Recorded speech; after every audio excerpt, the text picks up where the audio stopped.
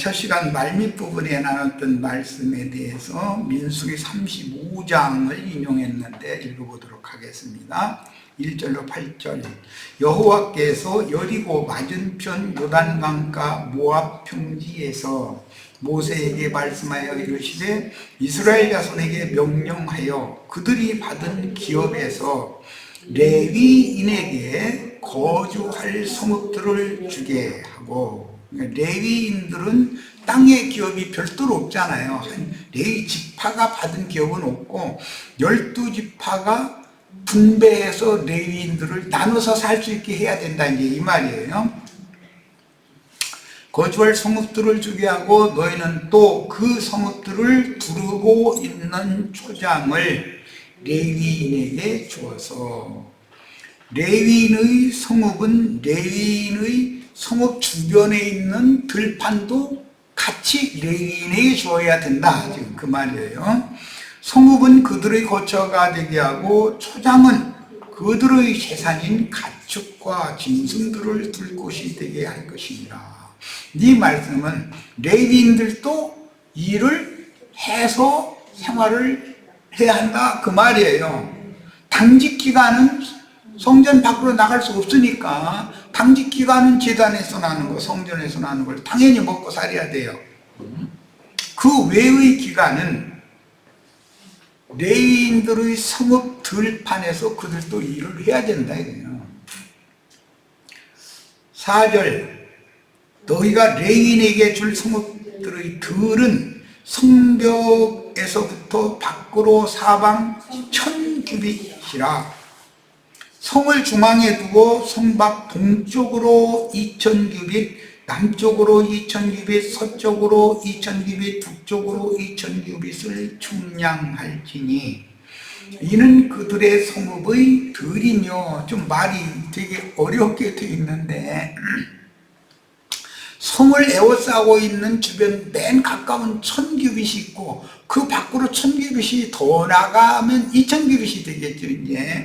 이제 그러니까 이제 안쪽에 있는 가까운 그 들판이라는 것은 아무래도 레위인들 중에서도 지도자급들에게 줄 것이고, 나이 먹은 사람들이 먼데 들판 나가서 이렇게 한다는 걸 그럴 거고, 이제 분배를 할 때 그렇게 알아서 하겠죠, 그거는. 자, 6절. 너희가 레위인에게 줄 성읍은 살인자들이 피하게 할 도피성으로 6성읍이요. 이것은 제사장들의 성읍이죠. 그 외의 42성읍은 레위인들의 성읍이에요. 도합은 48성읍이죠. 이 제사장들이 거주할 성읍인 6성읍은 당직 제사장이 아닌 제사장들이, 당직 대제사장은 성전에 머물러야 되고 당직 제사장들은 성전에서 힘을 해야 되니까 다른 제사장들이 순회 판사 노릇을 하는 거예요. 우리 형제 자매님들 서부 영화 이런 데 보면은 먼 거리에 재판소가 멀리 있기 때문에 순회 판사가 이렇게 돌아서 재판을 하지. 어떤 살인 범죄가 있다, 어떤 범죄가 있으면은 그 셰리프라고 하는 그들이 근무하는 그 셰리프 뭐라고 그래요? 유형제 이거 뭐라고 그래요? 보안관, 맞아.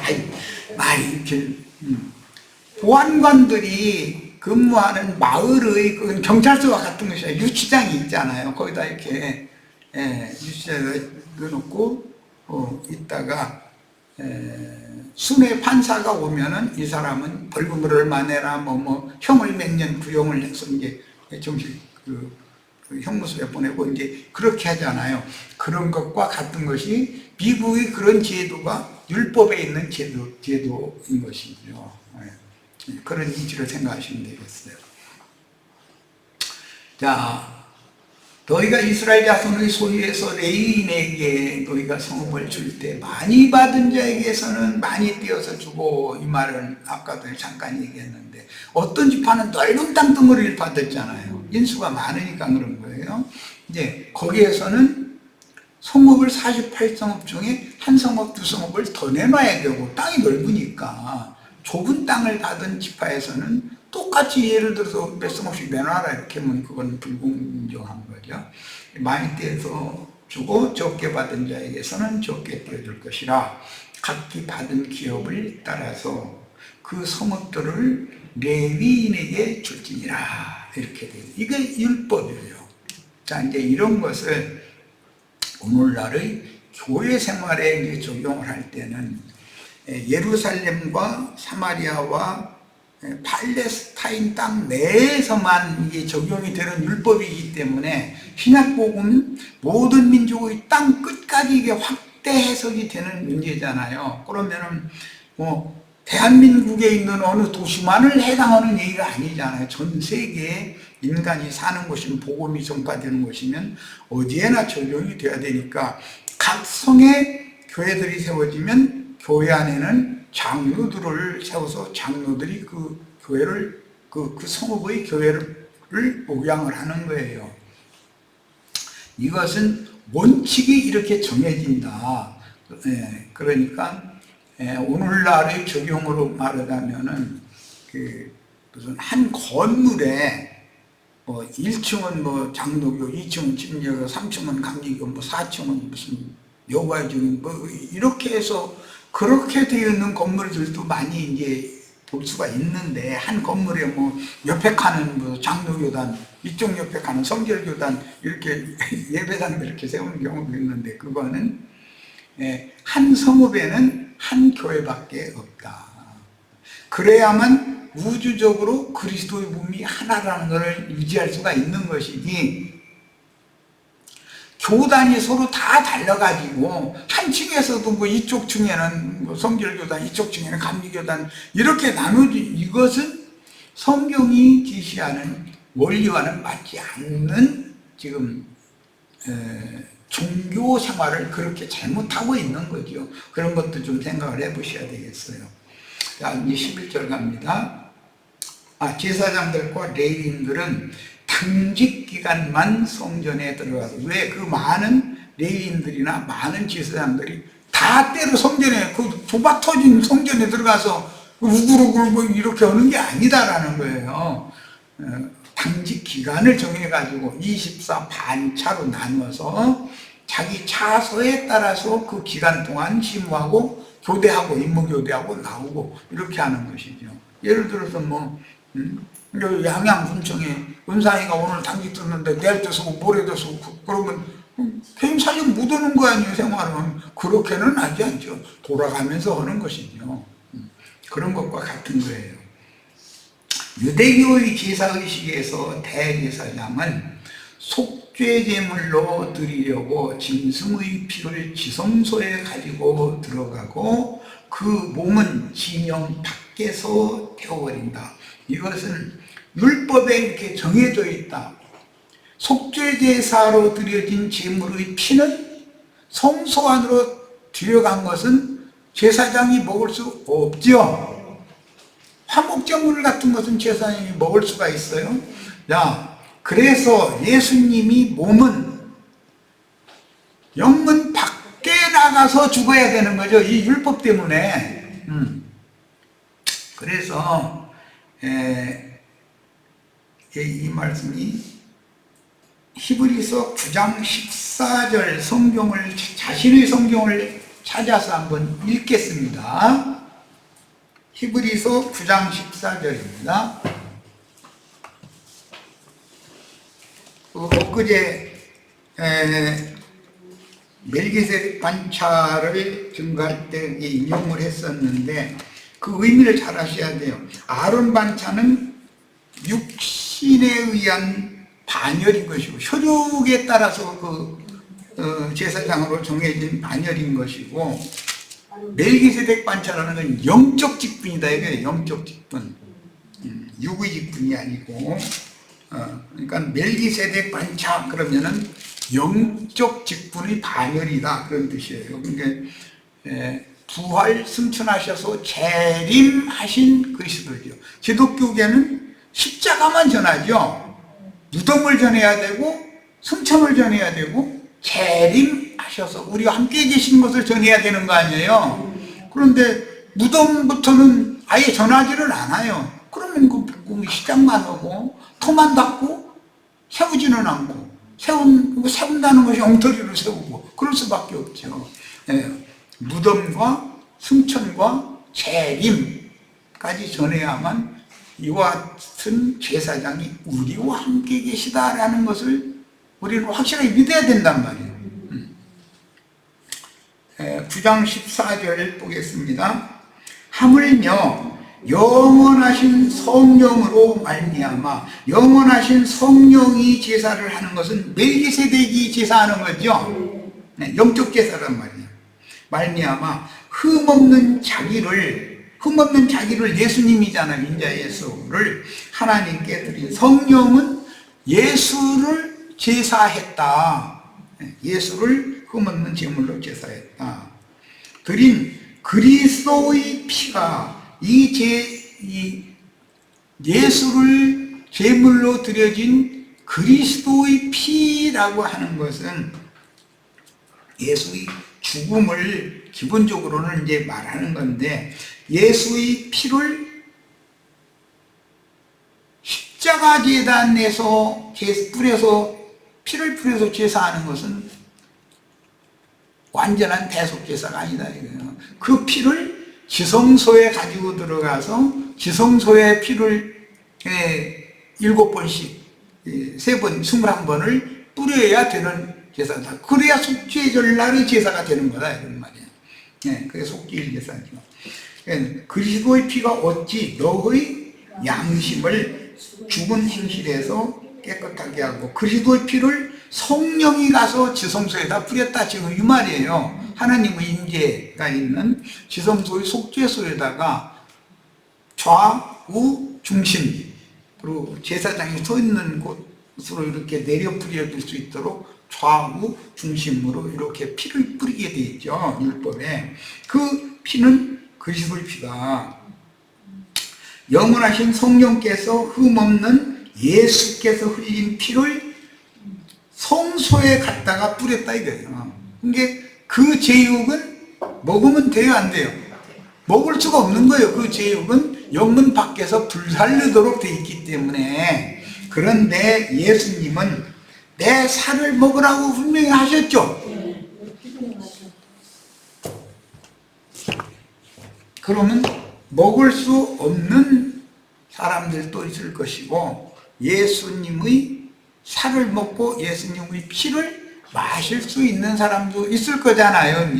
그러니까 먹고 마실 수 없는 짐승 제사를 하는 사람은 짐승의 제육을 먹고 짐승의 피를 짐승 피 마시는 거는 없는데, 뿌리는데 그 믿는 것을 이제 마신다 이렇게 표현을 하니까 그런 건데, 사실은 흠없는 인자 예수 자신의 살과 피를 먹는 제단이 있고, 짐승의 살을 먹는 제단이 있다 그 말이에요. 제단이라는 게 이렇게 나눠진다.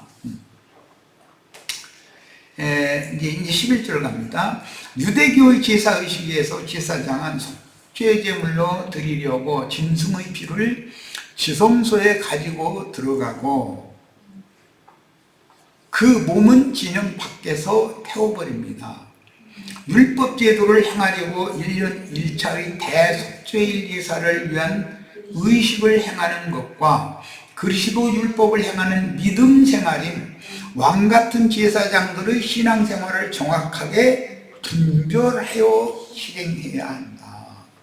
제사 직분이 바뀌어지면 율법도 당연히 바꿔지는 거죠. 율법이 바꿔지면 율법 정전이나 율법 제도의 제사장이나 율법 제도에 의한 제물은 당연히 바꿔지는 거예요. 이런 것 보고 개혁이라고 했다. 히브리서에는 개혁할 때까지 맡겨뒀는데 예수님이 이것을 완전하게 개혁했다. 뭘로? 아론 반차를 멜기세덱 반차로 개혁을 해놨다. 우리는 완전한 개혁된 제사장 직분을 우리가 받은 거예요, 지금. 자, 그러니까 우리 모두가 다 제사장이라는 것은 구약시대엔 짐승 잡아서 이렇게 피 뿌리고 뭐 기름 이렇게 뿌리고 그런 것을 했었는데, 그것은 상징이고 영원한 생명을 얻게 하는 말씀을 전파하는, 복음을 전하는 그 직무를 제사장 직분이다. 그래서 이제 로마서 15장 16절에 제사장 직분이 설명이 되어 있죠. 그것도 한번 읽어보겠습니다. 로마서 15장 16절. 16장 15절인가? 15장 16절인가? 이게 중요한 구절도 이제는 머리가 새해가지고 자꾸 왔다리 갔다리 이정은 15장 16절. 이 은혜는 곧 나로 이방인을 위하여 그리스도 예수의 일꾼이 되어 하나님의 복음의 제사장 직분을 하게 하사 이방인을 제물로 드리는 것이 성령 안에서 거룩하게 되어 받으실 만하게 하려 하심이라. 이게 멜기세덱 반차에 의한 제사장 직분이라 이거예요. 짐승을 잡아서 드리는 제사가 아니고 사람을 하나님의 것이 되도록 바치는 제사장 직분이에요. 이것은 이제 내가 계속 그렇게 강조하고 이제 오늘 들어보니까는 뭐 좋은 방안이 나왔는데, 그럼 제사장 직분을 우리가 다 할 수 있어야 된다. 이게 너희는 왕 같은 제사장이다 라고 하는 것은 레위인들만이 아니고 이제 우리가 다 이런 멜기세덱 반차의 회복된 제사장 직분을 다 등수능란하게 할 수 있어야 된다. 그러려면 우리 형제 자매님들 오늘 그 파일 2개 카톡에 다 보내드렸는데 그런 것을 우리 형제들은 만들 줄 알아야 되고, 우리 다른 지체들은 아무리 연세가 많이 드셨어도 그것을 재생시켜서 듣고 꼭 필요한 사람들에게 보낼 줄도 알아야 되고, 그게 제사장 직분을 하는 거다 이런 말이에요. 율법 제사장 직분 제도는 이제는 끝났고 이제는 확고분명하게 멜기세덱 반차의 제사장 직분을 이렇게 수행을 하는 방법이 하나님께서 이미 다 이거 예배해놓고 있었다. 나 이렇게 생각해서 기뻐서 하는 말이에요. 우리 형제 자매들 제사장 직분을 충실하게 하기를 바라요. 돈이 필요하면 내가 이제 그 사람들이 돈 받는다니까 안 내고 공짜로 해달라고 할 수는 없고, 필요하면 헌금 내라고 광고 할 테니까 헌금들도 좀 내세요. 이제 우리 이수희 자매는 부자니까 양양에서는 이수희 자매는 책임지고 하고 나도 부자야 이런 거 낼 돈은 있으니까 얼마나 감사한 일이야. 자, 우스갯소리 들으시지 마시고 전도를 위해서는 헌금도 하셔도 됩니다. 괜찮아요. 쓸데없는 데 쓰는 돈이 아니니까. 그 다음에 12절. 그러므로 예수께서도 자기의 피로 백성을 거룩하게 하시려고 성문 밖에서 고난을 받으셨습니다. 이 말은 제육은 영문 밖에서 불사르도록 정해져 있으니까 피는 지성소로 가져가서 뿌리도록 돼 있었고, 그러니까 지성소라는 건 셋째 하늘 하나님의 보좌에 뿌린다 그런 말인 거죠. 그런데 그것의 실제는 믿는 이들의 신령, 신앙 양심에다가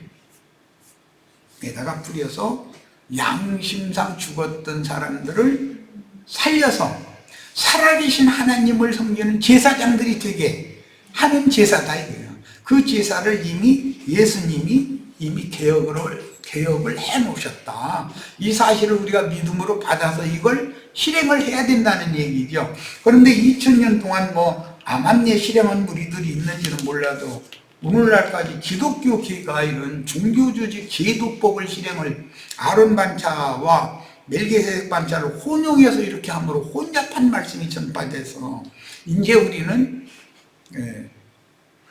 그리스도 율법만을 확실하게 전파하는 그런 교회 생활을 실행을 해야 되니까 우리 지체들이 이런 걸 다 알고 사람들에게 확실하게 전해야 되는 거죠. 그러므로 예수께서도 자기의 피로 백성을 거룩하게 하시려고 성문 밖에서 고난을 받으셨습니다.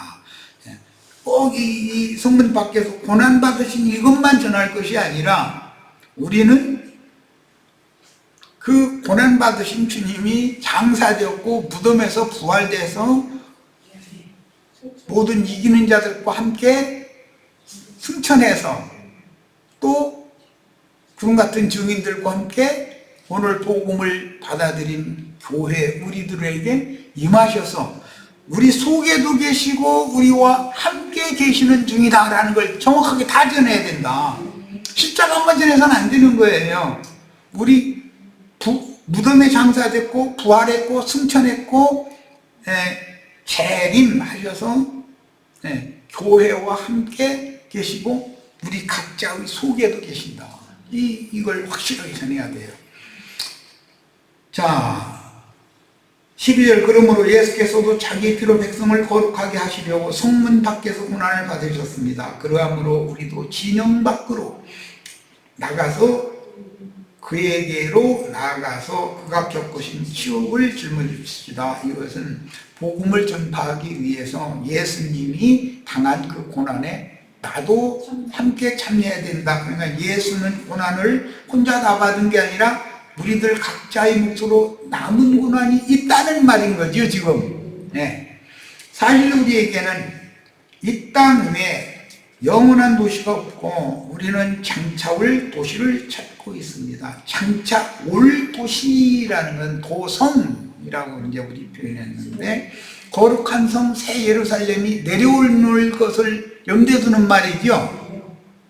그러니 우리는 예수로 말미암아 끊임없이 하나님께 찬미의 제사를 드립시다. 예수로 말미암아는 예수님이 대제사장이 되셨고 우리는 제사장들이 됐으니까 그 말일 거고 이것을 곧 그의 이름을 고백하는 입술의 열매입니다. 이것은 신앙을 확증하는 것은 마음에만 믿고 함지도 않고 있으면 그것은 확증이 안 되죠. 입으로 시인을 해야죠.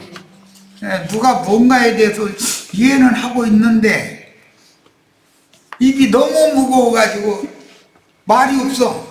그럼 그 사람이 그걸 알고 있는지 모르고 있는지 말을 하는데 어떻게 할 거야 이것을. 아무리 검찰이 능력이 많아도 말을 않는 사람은 못 당하죠. 뭐라고? 묵비권.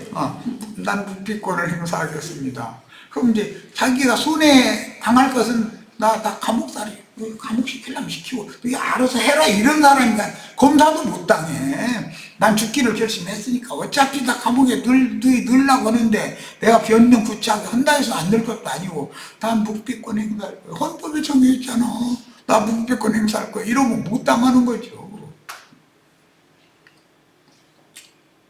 우리 형제자매님들이 만약에 그런 악한 자들이 잡혀가면 묵비권을 행사할 것이 아니라 증거의 기회를 주님 주셨다 해서 이게 진리 증거를 잘 하시면 좋고 진리 증거를 술술 하기 어렵거든.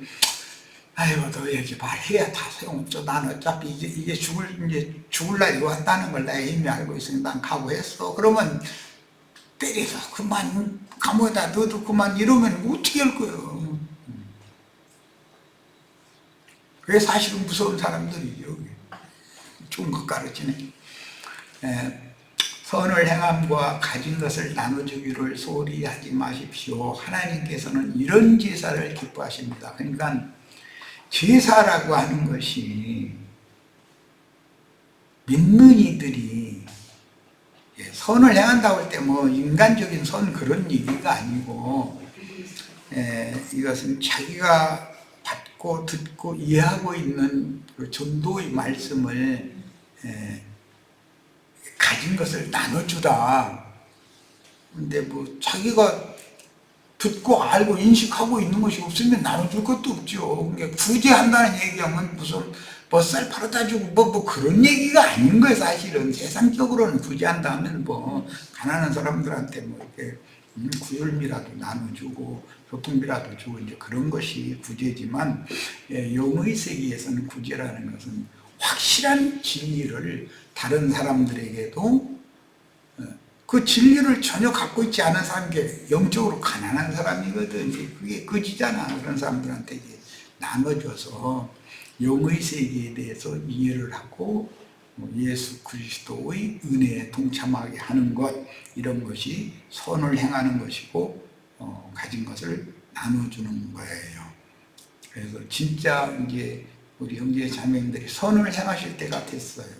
어떻게 했냐면 AI에게 물어봐서 명령해서 좋은 자료 만들어가지고 요약자로 아주 오늘 들어보니까 군더더기가 하나도 없어. 너무 잘 돼 있더라고. 그런 걸 사람들한테 이렇게 나눠주는 그런 복음의 제사장 직무를 잘 하실 수 있기를 바라요. 하나님께서는 이런 제사를 기뻐하십니다. 제사장이 선을 행하고 가진 것을 나눠준다라는 것은 전도하는 걸 말하는 것이 실제로는 그것보다 선한 일이 없죠. 자, 선행은 주님과 복음을 위해 순교자가 되는 것이며, 나눠주는 것은 그 영과 신부의 말씀으로 전도하기 위해 그리스도인들의 삶에서 불신자들과 가라지들에게도 모본이 되는 거예요. 말만 전해도 안 되죠. 삶에서도 흠잡힐 데가 없어야죠. 그런데 그 말은 그럴싸하게 하는데 가만히 보면 아니 어떻게 하면 돈을 좀 물고 내릴까, 그런 연구를 하고 있는 게 빤히 보이잖아. 내가 우리 형제 자매님들을 모아놓고 나서 이리저리 저리 들리고 하는데 돈 좀 내, 사실은 그 얘기를 하는데 이렇게 어렵게 하면 다 알아듣지 그거 못 알아듣는 사람들이 있어. 그런데 기독교계는 너무 노골적으로 얘기를 하지, 막 이제 법으로 정해가지고 이렇게 하면은 그것은 하나님이 보낸 진리 증인이 아니라는 것을 금방 눈치를 챌 수 있죠. 그 다음에 이제 마태복음 7장 21절로 27절 봅니다. 나더러 주여 주여 하는 자마다 다 천국에 들어갈 것이 아니요 다만 하늘에 계신 내 아버지의 뜻대로 행하는 자라야 들어가리라. 참 중요한 말씀이에요. 그날에 많은 사람이 나더러 이르되, 그날에라는 것은 그리스도 심판대에 섰을 때를 말한 거지 않겠어요? 주여 주여 우리가 주의 이름으로 선지자 노릇하며 주의 이름으로 귀신을 쫓아내며 주의 이름으로 많은 권능을 행하지 아니하였나이까 하리니. 이 사람들이 이렇게 주님 앞에서 자랑할 거리가 있다는 것은 목회 성공한 사람들이 하는 말일 거 아니야. 그때 내가 그들에게 밝히 말하되 내가 너희를 도무지 알지 못하니 그랬는데, 누가복음에 이게 내가 너희가 어디로서 왔는지를 이라고 돼 있죠. 그걸 도무지 알지 못하니 불법을 행하는 자들아. 불법을 행한다는 거 하나님이 정한 그리스도 율법을 행한 것이 아니라는 거잖아. 내게서 떠나가라 하리라. 요한복음 4장 19절로 24절도 봅니다. 여자가 이르되 주여 내가 보니 선지자로소이다. 수가성 여자죠. 우리 조상들은 이 산에서 예배하였는데, 제사하였는데 그 말이에요. 당신들의 말은 예배할 곳이, 제사할 곳이 예루살렘에 있다 하더라. 유대인들은 예루살렘 성전에 가야 된다고 율법에 정해져 있으니까 내 이름을 둘 곳을, 내 한 곳을 떼낸다. 그걸 정한다. 그래서 너희는 다 모든 제물을 거기에 가서 바쳐야 된다라고 율법에 정해져 있잖아요. 그 예루살렘이거든. 야, 예수께서 이르시되 여자여 내 말을 믿으라. 이 산에서도 말고, 여기 그리심산이에요. 사마리아. 예루살렘에서도 말고, 그러면 사람의 손으로 지은 산당이나 신전에서 제사하는 게 아니다 이 말이죠. 이제 너희가 아버지께 예배할 때가 이르리라. 너희는 알지 못하는 것을 예배하고 우상 잡신을 섬기는 주의다 이 말이죠. 우리는 아는 것을 예배하노니 이는 구원이 유대인에게서 아니라. 유대인은 유일하신 참 하나님만 섬기도록 율법에 정해져 있죠. 사마리아 산당에 세운 금송아지 우상을 숭배하는 자들과 예루살렘 성전에서 천지의 주제를 예배하는 것의 차이는 사람 손으로 지은 건물에서 사람을 숭배하는 종교인들과 금송아지라고 그랬지만 금으로 송아지 만들어 세워놨다. 이게 그 금덩어리를 섬긴다. 그것은 세상 재물 욕에 누님은 목회자를 섬긴다 그 말이지, 금덩어리로 소 만들어 놓고 소 앞에 가다 저랬다 또 문자대로 그렇게 해석하면 사람이 금으로 만든 송아지 앞에 가서 예배하는 사람이 어디가 있어요? 어떤 예배당 금으로 소 만들어 놓고 거기서 예배하는 게 난 못 봤어. 아직은 혹시 있는지는 어디가 숨어 있는지 모르지만 그럴 리가 있어요. 금송아지가 누구를 말하는 거예요? 유명한 신부님, 목사님을 말하는 거죠. 그런데 왜 금이라고 그랬을까? 신인데 자칭 나는 그러다라고 하는 그 목회자가 이제 신이잖아요. 신인데 금덩어리야. 황금을 보기를 맞아, 돌같이 하라. 목사를 보기를 돌멩이로 봐야 되는데, 그 사람한테서는 금부스러기가 막 쏟아져 나와. 설교를 들으면 이렇게 생각해. 그 사람은 세상의 재물욕에 아주 점철되어 있는 인간을 일러서, 목회자를 일러서 금송아지 이렇게 표현한 거죠. 또 나는 실제로 금으로 만든 송아지 저 강세상에다 세워놓고 그 앞에서 제사하는 건 난 보지는 못했으니까. 예수께서 이르시되 여자에 내 말을 믿으라. 이 산에서도 말고 예루살렘에서도 말고 너희가 아버지께 예배할 때가 이르리라. 너희는 알지 못하는 것을 예배하고 우리는 아는 것을 예배하느니 이는 구원이 유대인에게서 남이라.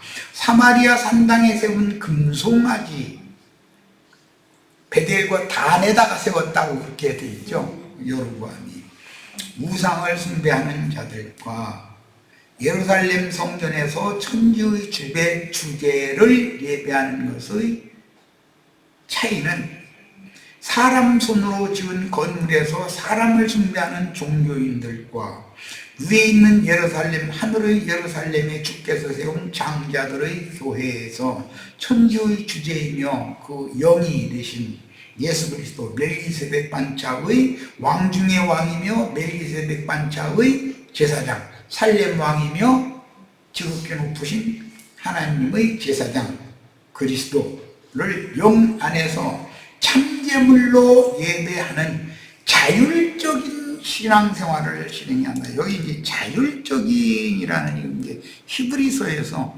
습관적인이라는 말이 있어요. 습관적인 모임을 폐하고 자율적인 모임을 세워라 이렇게 돼 있어요. 습관적이라는 건 율법적이다, 획일적이다.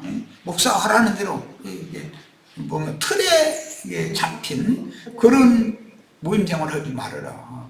자율적이어야 된다. 우리 형제 자매님들의 각지의 모임들이 다 자율적인 모임이 되어야 돼요. 그렇게 되시길 바라요. 그래서 이제 같이 보이는 지체들이 어떤 어려운 가정에 있다. 예를 드는 거 이제 좀 도움이 필요하다. 그 자체적인 모임에서 그걸 해결을 해야지. 그게 너무 정상적인 것이죠. 그러나 이제 너무 힘에 빡치면 모든 교회가 함께 협력하도록 이제 부탁을 하는 것도 뭐 가능하지만, 그러나 모든 것은 말씀을 나누는 것도 인도하는 형제가 알아서 이 말씀이 끝나면 다음에는 무슨 책의 말씀을 함께 나누겠습니다. 이렇게 모든 게 다 자율적이어야 되는 거예요. 내가 어떤 걸 해라 말아라 이런 것은 말도 안 되는 거예요. 그 지역의 형편에 맞게 하는 거죠. 자, 아버지께 참되게 예배하는 자들은 영과 진리로, 이거는 영 안에서 참제물로 그 말이에요. 예배할 때가 오나니 곧 이때라. 예수님이 세상에 오셨을 때부터는 아론 반차 제도가 끝난다 이 말이죠. 멜기세덱 반차를 회복한다. 아버지께서는 자기에게 이렇게 예배하는 자들을 찾으시느니라. 하나님은 영이시니 예배하는 자가 영 안에서와 진리 안에서 참제물로 진리로 참 제물로 예배할지니라. 불법을 행한다는 뜻은 자칭 유대인들의 행습을 본받아서 그리스도의 율법을 행하는 참 지지자들의 참된 신앙생활을 배척하고, 즉 자율적인 신앙생활을 배척하고 틀에 매인 습관적인 그런 종교생활을 다시 해서는 안 된다 이거예요.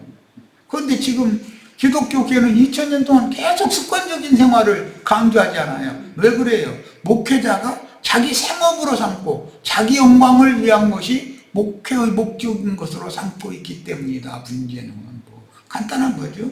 많은 불리하는 근음녀에게 속하여 근음녀 일곱 머리인 땅의 왕족들 곧 짐승의 몸을 세우는 신앙생활을 그들이 하고 있으나 우리는 그리스도의 몸을 세우는 장자들의 교회 생활을 반드시 회복해야 된다. 여기까지 해서 마치겠습니다. 다음 화요일 날은 누가복음 13장부터 시작합니다. 다음 화요일이면 11월 11일이네. 다음 화요일은 11월 11일인데 이어서 나가도록 하겠습니다. 자, 오늘 집회는 모두 마칩니다. 우리 시체들 저기 은상이 애선이 자매 부부는 책임지고 동영상을 만들든지 아니면 어떤 방법으로든 줌을 초대를 하든지 해가지고